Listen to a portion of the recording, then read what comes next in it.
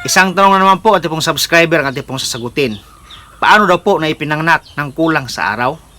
Kapag tayo po nag-aalaga ng mga inahing baboy po mga kaibigan, atin ito talagang tandaan yung araw mismo kung kailan po sa pinabulugan, yung eksaktong pitsa po mga kaibigan. Kasi po, kinabukasan yan na pong simula ng ating pagbibilang ng araw hanggang sila po yung mga anak. Atin pong tandaan yung 3 months, 3 weeks, at 3 days. O 109 to 119 days, average of 114 days.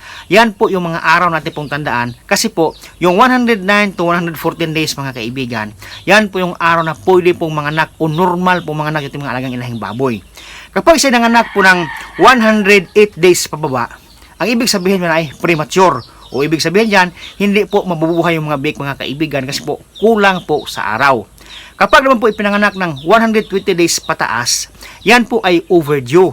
So, yung mga biik din po mga kaibigan na hindi po siya mabubuhay. Mamamatay din po yung mga kaibigan kasi po sila po overdue na po doon po sa loob ng tiyan natin mga inahing baboy. Sa tanong po natin subscriber po mga kaibigan, na biik po ay pinanganak ng kulang sa araw. So, ang ibig sabihin nito, ito po ay ipinanganak ng 108 days pababa o mga premature na biik po mga kaibigan na hindi po sila mabubuhay kasi po sila po ay kulang po sa araw.